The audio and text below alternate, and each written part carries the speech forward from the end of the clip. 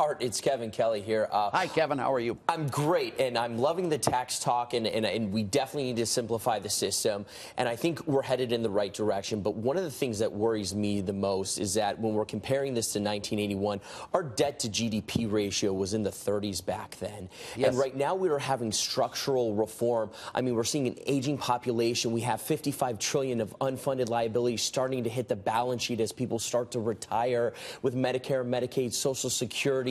One of the biggest issues I have is that in order for us to get to 4% GDP growth, 5% GDP growth, we're going to need more than tax cuts and tax reform. How do we structurally change and use the president's tax agenda to get there? You're completely correct. We are going to need a lot more than just tax reform. But just to reassure the point, we need the tax reform first. Without the tax reform, all the rest misses the boat. It clearly did. We have the most uncompetitive business tax structure in the OECD by far.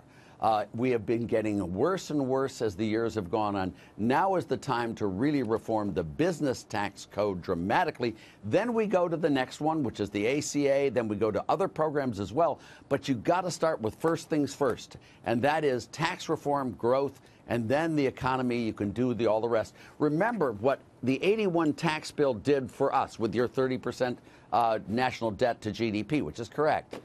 It led us to the 86 Tax Act, where we really did the massive reform in creating a prosperity for America for generations. I mean, and we got all but 3 of the Democrats in the Senate to vote for it in 1986 because they all realize it's the right thing to do. And they realize it today as well.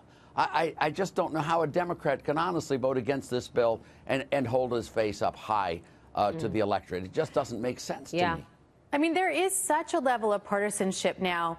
And back in 1981, there was some way that you all were able to reach across the aisle, reach across agreement, make agreements, compromise. Do you see any way that that can happen now? And do you have any advice for Congress and the president now on how to get things done the way that you did back then?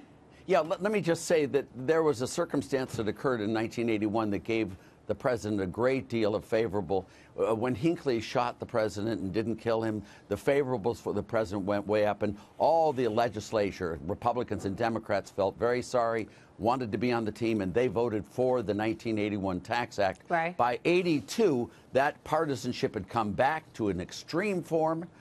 And in fact, we lost the elections in 82, but then the tax cuts took effect. Yeah. Then the economic growth occurred, and then we were all back on the same team, pro-growth agenda, Democrat and Republican. Art, how are they going to deal with the state and local income tax deduction, do you think? What's the plan in terms of ensuring middle class and even the higher earners don't get a huge tax increase because they are no longer able to deduct the state and local and the property taxes? And we don't know if there's going to be a fourth bracket, although I think that's quieting down at this point. Yes, it is. I think you're right on the fourth bracket. Let me just say that the pay-for problem, I think, is not serious at all. This bill will pay for itself in the coming years many times over. It really will. The problem with the state and local tax deduction, it should be gotten rid of. It's not correct to subsidize, have the no-tax states subsidize the high ones. But remember, they're also getting rid of the AMT, the alternative minimum tax, which catches a lot of people who use state and local tax deductions because they're not a preferred item. It offset. So remember that if you get rid of the AMT and don't get rid of at least some of the state and local tax deductions, then you are really giving bigger deductions to the state and local people in those states. You're subsidizing them even more. Now, it's about a 4-to-1 ratio.